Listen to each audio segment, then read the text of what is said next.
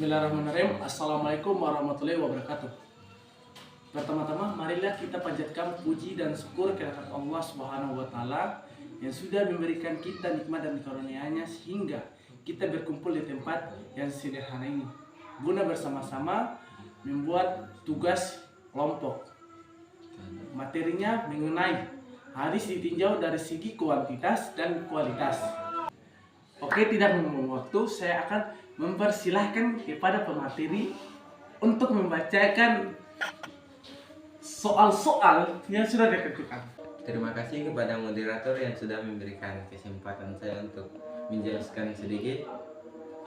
Di sini saya akan menjelaskan dari hadis ditinjau dari segi kuantitas. Kadang hanya beberapa sahabat, bahkan juga bisa terjadi hanya satu atau dua orang sahabat saja. Demikian itu terus terjadi dari sahabat ke tabi'in sampai pada generasi yang menghimpun hadis dalam berbagai kitab.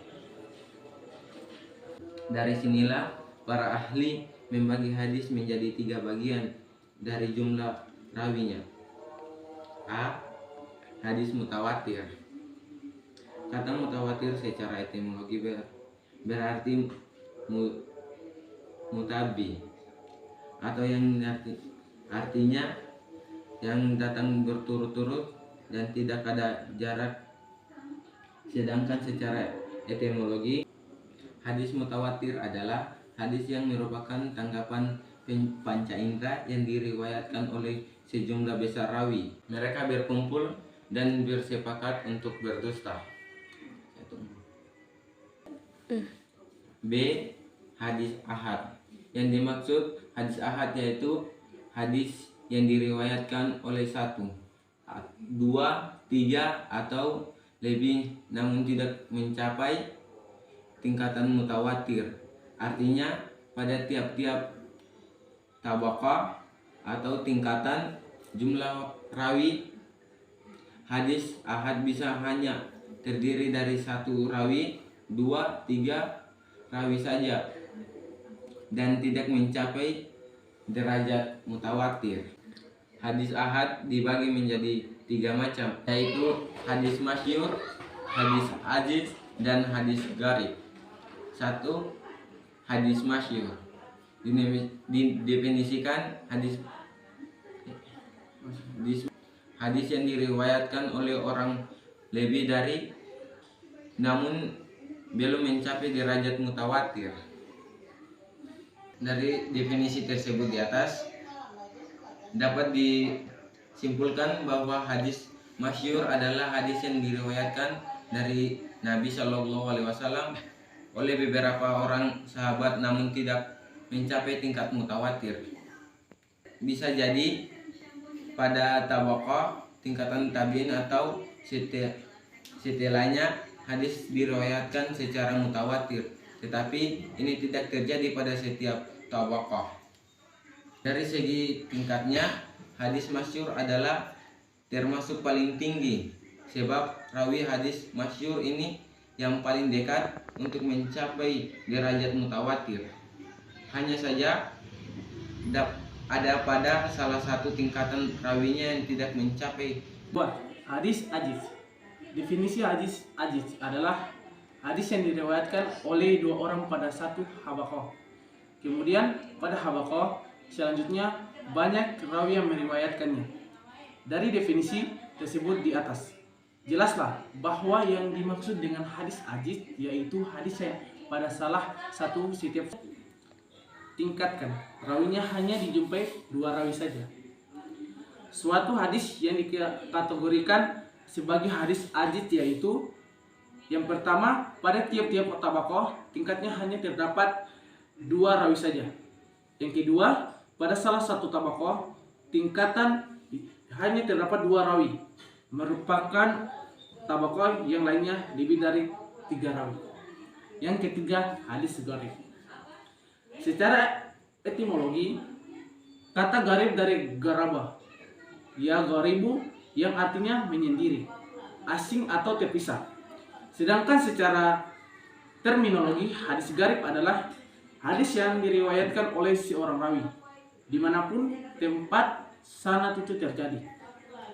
Dari definisi tersebut di atas dapat katakan bahwa yang dimaksud dengan hadis gharib yaitu hadis yang diriwayatkan oleh hanya seseorang rawi saja, baik dalam seluruh tingkatan sanad atau pada salah satu tingkatan sanadnya.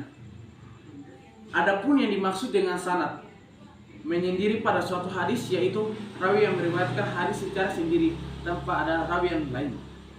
Hadis gharib juga biasa disebut hadis fardun yang artinya sendiri. Ibnu Hajar menganggap bahwa antara gharib dan fardun adalah sinonim baik secara bahasa maupun secara istilah. Akan tetapi kebanyakan para ahli hadis membedakan antara gharib dan fardun. Yakni istilah fardun merujuk kepada gharib mutlak, sedangkan istilah gharib dipaksa pada gharib nisbah. Hal ini sesuai dengan pangkal sifisan hadis gharib yang memang dibagi menjadi dua bagian, yaitu A. Hadis gharib mutlak fardun. Hadis gharib mutlak fardun adalah hadis yang kegariban yang terletak pada asal sanad. Maksudnya hadis pada saat disampingkan oleh Rasulullah SAW hanya diterima oleh satu orang sahabat. B. Hadis gharib nisbi. Yang termasuk sebagai hadis gharib nisbi yaitu apabila kegariban terjadi pada pertengahan sanadnya, bukan pada asal sanadnya. Maksudnya satu hadis yang diriwayatkan oleh lebih dari satu orang rawi pada asal sanadnya. Kemudian dari semua rawi itu, hadis ini diriwayatkan oleh satu orang rawi saja yang mengambil dari para rawi tersebut. Assalamualaikum warahmatullahi wabarakatuh. Perkenalkan, beta bernama Rizky Salim Kaplale. Di sini beta akan menjelaskan tentang hadis ditinjau dari segi kualitas. Hadis ditinjau dari segi kualitas dibagi menjadi 3. Yang pertama, hadis sahih. Definisi hadis sahih menurut Ibnu Shalah adalah hadis sahih adalah hadis musnad atau hadis yang mempunyai sanad yang bersambung sanadnya dan dinukit oleh seorang yang adil dan dhabit dari orang yang adil dan diabid hingga akhir sanadnya tanpa ada kejanggalan dan cacat.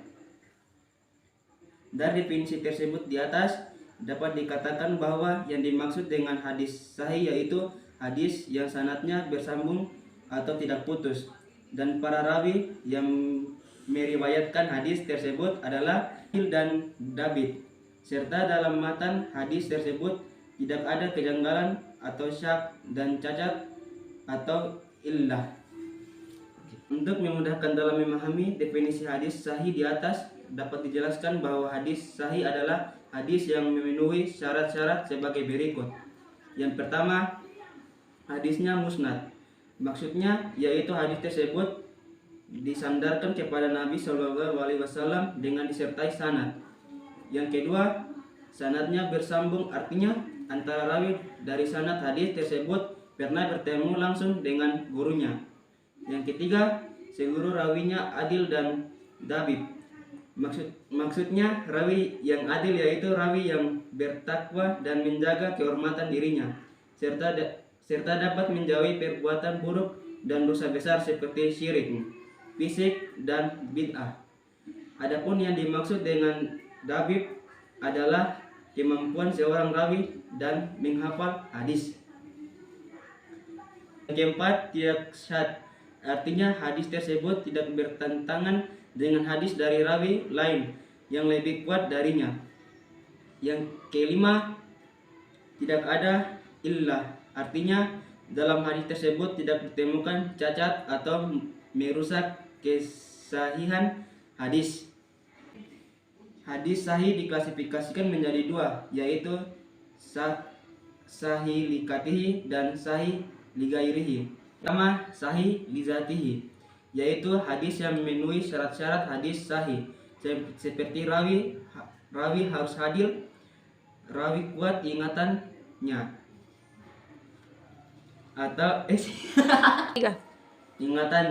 atau dhabi. Sanadnya tidak putus, matanya tidak mempunyai cacat, dan tidak ada kejanggalan. Yang kedua, sahih gairihi, artinya yang sahih karena yang lainnya, yakni menjadi sahih karena dikuatkan oleh sanad atau keterangan lain. Hukum memakai hadis sahih adalah wajib, sebagaimana kesepakatan para ahli hadis dan fuqaha. Argumennya adalah hadis sahih adalah salah satu sumber hukum syariat, sehingga tidak ada alasan untuk mengingkarinya. Yang kedua, hadis hasan. Kata hasan berasal dari kata al-husnu, yang berarti al-jamalu, yang artinya kecantikan dan keindahan. Adapun tentang definisi hadis hasan, ada perbedaan pendapat di kalangan para muhaddisin. Pendapat Abu Isa at-Tirmizi tentang hadis hasan: hadis yang dalam sanadnya tidak terdapat orang yang tertuduh bohong, hadisnya tidak janggal, serta diriwayatkan tidak hanya dalam satu jalur rawian. Definisi hadis hasan yang ditemukan oleh At-Tirmizi ini masih umum dan hampir sama dengan definisi hadis sahih, sebab hadis sahih juga mensyaratkan sanadnya tidak bertuduh dusta, hadisnya tidak janggal, dan tidak hanya terdapat satu jalur rawi saja. Definisi yang lebih jelas dan detail adalah yang dikemukakan oleh kebanyakan ulama hadis. Hadis yang dinukil oleh seorang yang adil tetapi tidak begitu kuat ingatannya, bersambung sanadnya, dan tidak terdapat cacat serta kejanggalan pada matanya. Perbedaan antara hadis sahih dan hadis hasan memang sangat sedikit dan tipis. Bahkan sebagian ulama hadis mengatakan bahwa antara hadis sahih li ghairihi dan hadis hasan li zatihi adalah sama. Hal ini bisa dilihat dari definisi yang dikemukakan oleh Ibnu Hajar al-Asqalani bahwa hadis hasan adalah hadis yang diriwayatkan oleh seorang yang adil, sanadnya bersambung, memiliki daya ingat yang kuat, tidak terdapat illah dan tidak syadz. Maka inilah yang disebut sahih dizatihi. Namun jika daya ingat kedlabitan rawi kurang, maka hadis yang diriwayatkan dinamakan hasan lizatihi. Hukum memakai hadis hasan sama dengan hadis sahih. Walaupun dari sisi kekuatannya hadis hasan berasal dari bawah level hadis sahih. Demikian menurut ahli fikih, fuqaha, dan mayoritas ahli hadis juga memakai hadis hasan sebagai hujjah, seperti Al-Hakim, Ibnu Hibban, dan Ibnu Khuzaimah. Namun pengelompokan hadis hasan ke dalam hadis sahih itu disertai pendapat bahwa hadis hasan tersebut di bawah kualitas hadis sahih. Yang ketiga, hadis dhaif. Definisi hadis dhaif adalah hadis yang tidak memenuhi syarat diterimanya suatu hadis dikarenakan hilangnya salah satu syarat dari beberapa syariat yang ada. Definisi tersebut di atas dapat dikatakan bahwa jika salah satu syarat dari beberapa syarat diterimanya suatu hadis tidak ada, maka hadis tersebut klasifik atau kasihkan ke dalam hadis dhaif. Para ulama ada perbedaan pendapat mengenai masalah hukum menggunakan hadis dhaif. Mayoritas ulama membolehkan mengambil hadis dhaif sebagai hujjah apabila terbatas pada masalah fadal ilul amal. Itu saja yang bisa beta sampaikan, dan beta akan kembalikan kepada moderator.